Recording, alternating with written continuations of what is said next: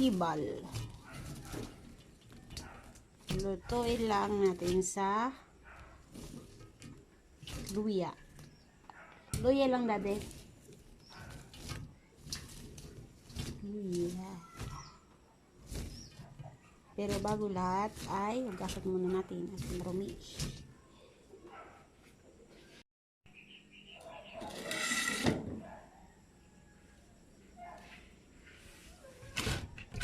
Luya at kibal. Kibal pa lang tawag nila dito. Paano ba? Sitaw. Sitaw mahaba.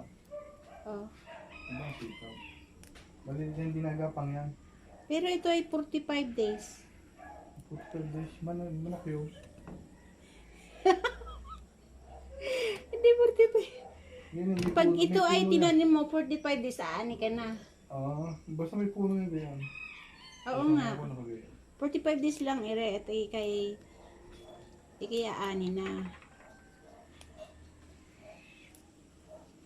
Basta ang tawag ko dito ay sitaw. Pero ibang variety. Dito kibal. Kibal pa lang tawag dito.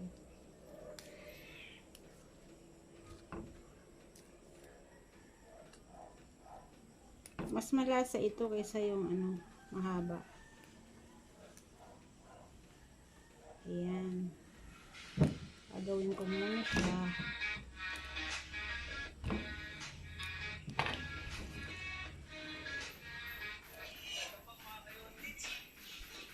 Salamat kay Tita Leia. Ulam na kami.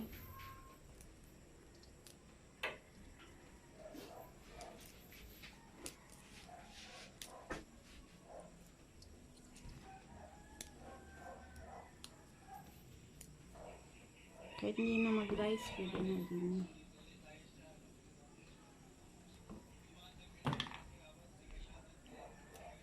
Yan, tatapusin ko muna ang gagawin ire.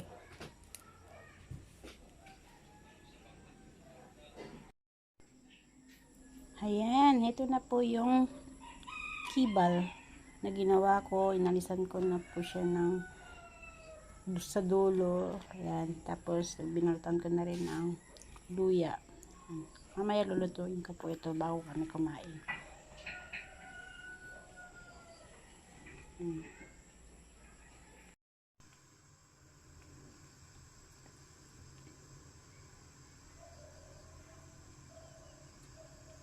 Ito na guys, nagpapakulo na ako ng tubig para doon sa gulay na sitaw. Pero pag kumulo na ito, lalagyan natin yung luya muna. At asin lang ang lalagay natin. Titimplan natin siya ng asin. Simple lang na luto. Maganda ito sa mga nagda-diet.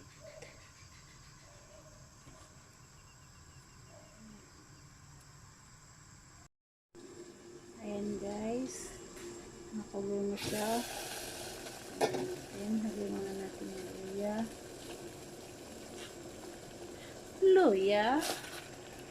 Ayan.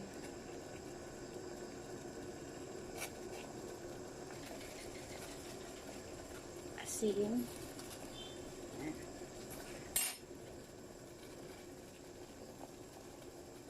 Nakulo na siya. Lagyan natin yung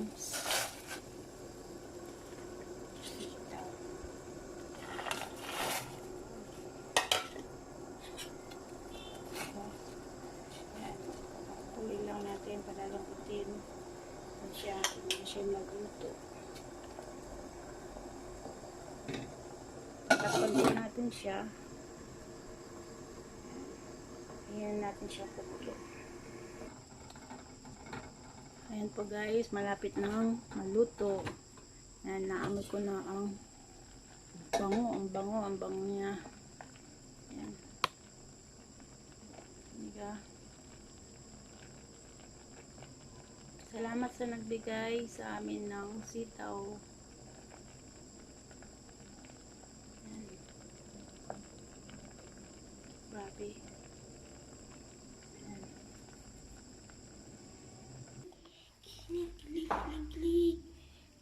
Ayan guys, luto na.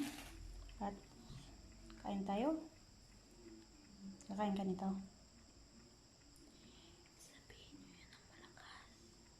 Kakain ka nito? Kapag kayo magsasalita, magsabi kayo.